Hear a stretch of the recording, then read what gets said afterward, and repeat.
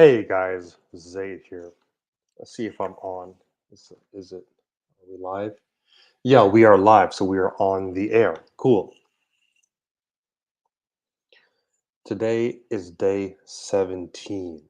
So imagine what you can do if you commit to something small and then make everything after that bonus, make it extra. It's different. Your brain process it differently than you if if I had committed to 17 days and then only done 5 and then I'd missed day 6, and that would actually make me spiral down. That would actually be worse because in your brain that becomes evidence of failure. And what a lot of people don't know is that you can move the goalpost. Moving the goalpost inside your brain is actually inside your mind is actually a good thing because it works. Your mind responds to it. So, for example, and this is related to the journaling we're going to do today. So, for example, say you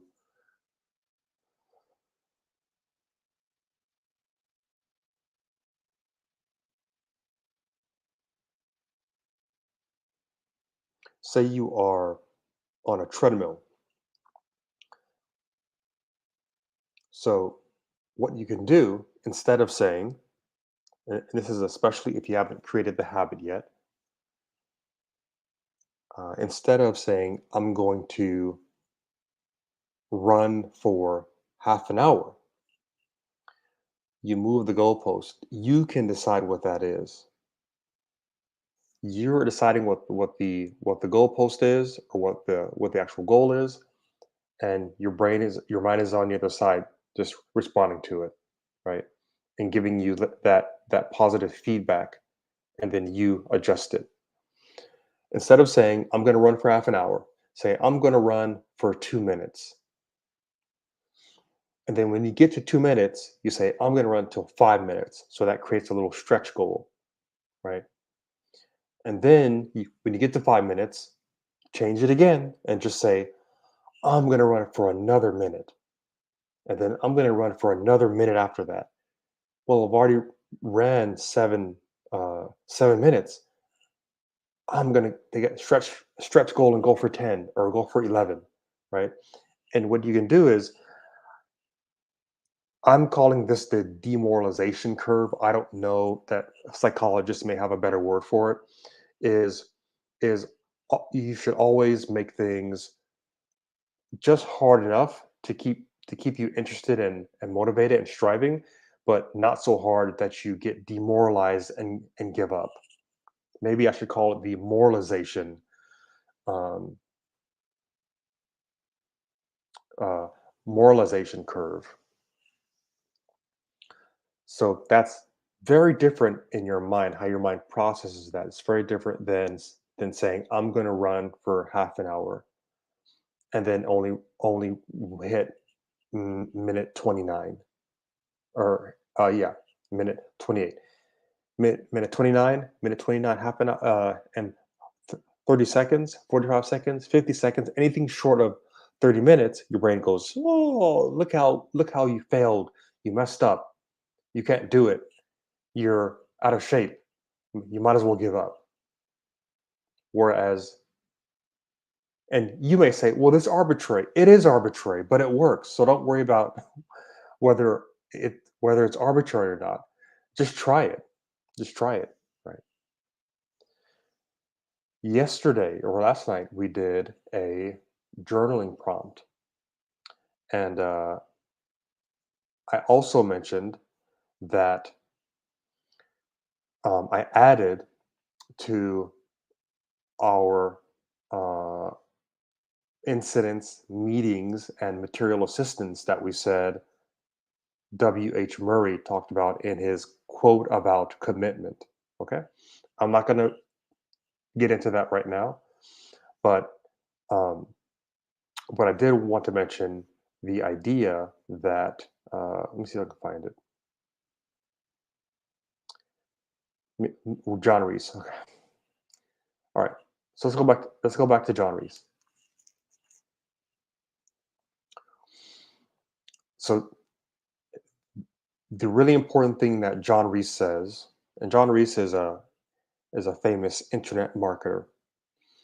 He said everything is a result, good or bad, and that's really the same thing I mentioned earlier, which is that you get to decide what the goalpost is, what the goal is, what done is, what good enough is. You get to decide what that is.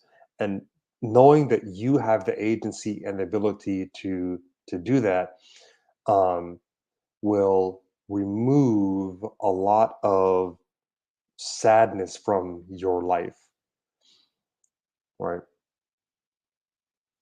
And you could be, it's very strange. You can be conscious of it, that you're doing it, that you're moving the goalpost, and it still works. So that's the strange thing about it. Okay. All right. I wanted to go through another journaling prompt. Let's see. Journaling. Great. So last night we did 10 minutes of what would you do if your family and friends all passed away. Okay. What I wanted to do was do another of the prompts that I use sometimes.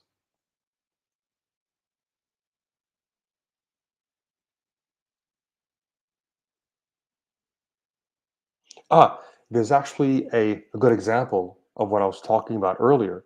So this one is called 7 Second Dream. So let's do the 7 second dream um, journaling. And if you're watching the recording, just pretend that you're watching this live and just do it. Pull out your notebook and use this 20 minute of empty space.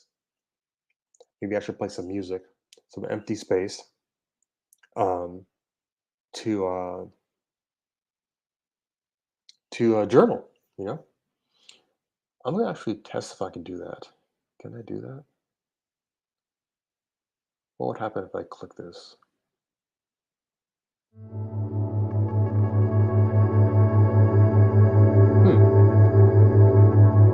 doesn't show anymore. Oh, it did start. It tried to start. It tried to start. Okay, that didn't work. Never mind. 7 second dream. Okay, so we're gonna do this. We're gonna move the goalpost, and we're gonna make our goal 7 seconds. You can do this two ways. You can, um, as like a meditation, like a visualization, visualization slash meditation.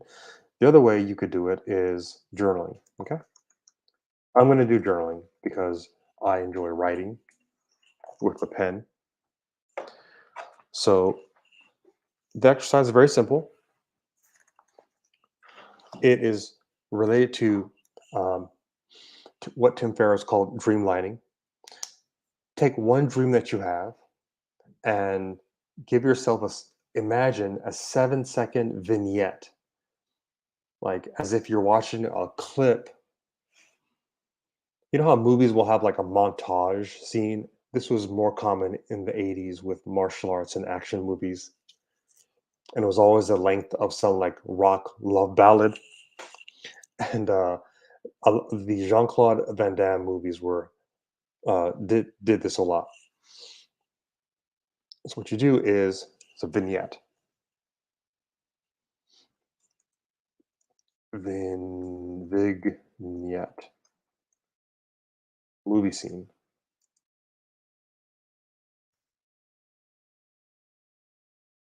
Yeah. Um, it also shows up in comedy movies where two of the main characters like argue and then they split up and they're doing all their they're doing their weird behavior on their own, but they're thinking of the other one. Uh, who does this? Step Brothers. This was in Step Brothers, right? So think of it as a movie scene, and you are the main character in the movie, right? So how does the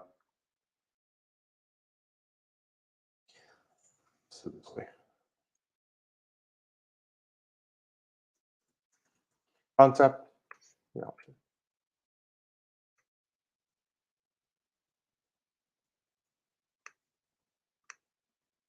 Okay.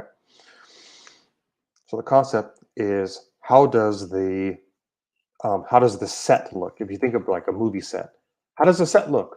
If you're thinking of yourself inside a house, how does the house look? If it's an office, how does the office look?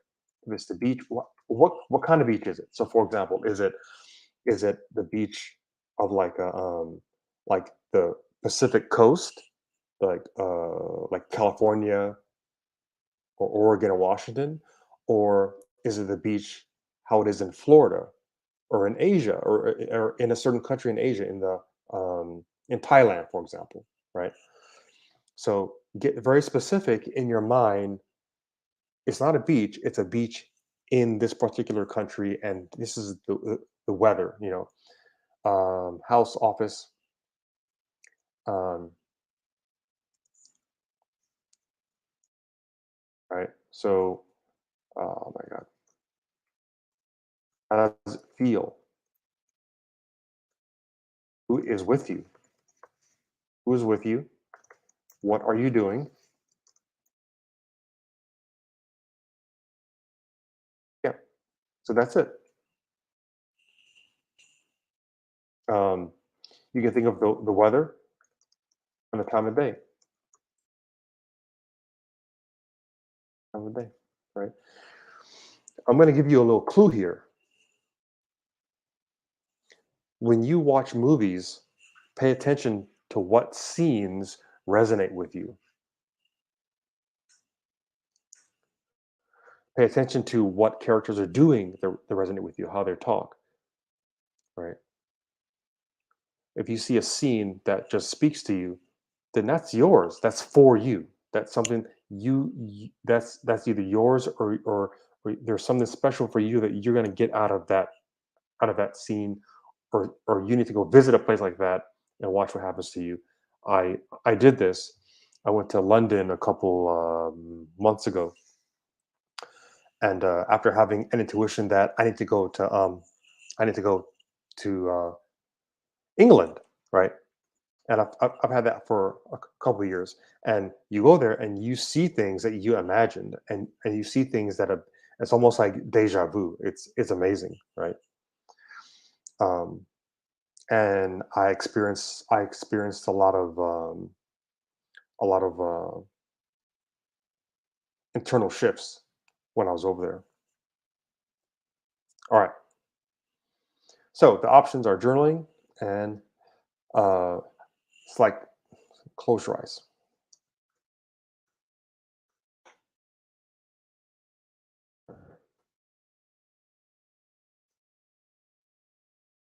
sit back and relax.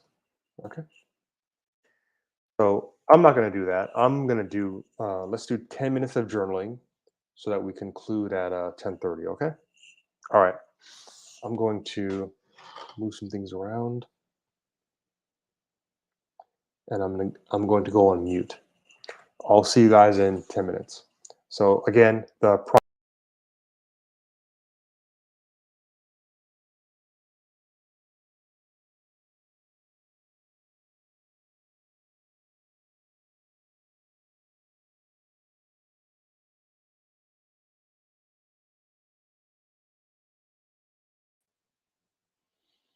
I think I did something to my I think I did something when I was moving things around. Wow. All right.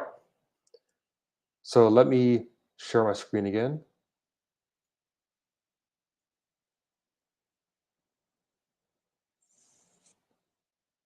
We'll do 10 minutes.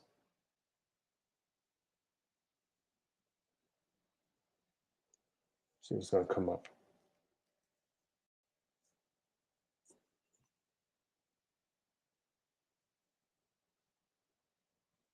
Ah, there it is. Okay, concepts, options, 10 minutes. I am going on mute. You guys go ahead and do your journaling.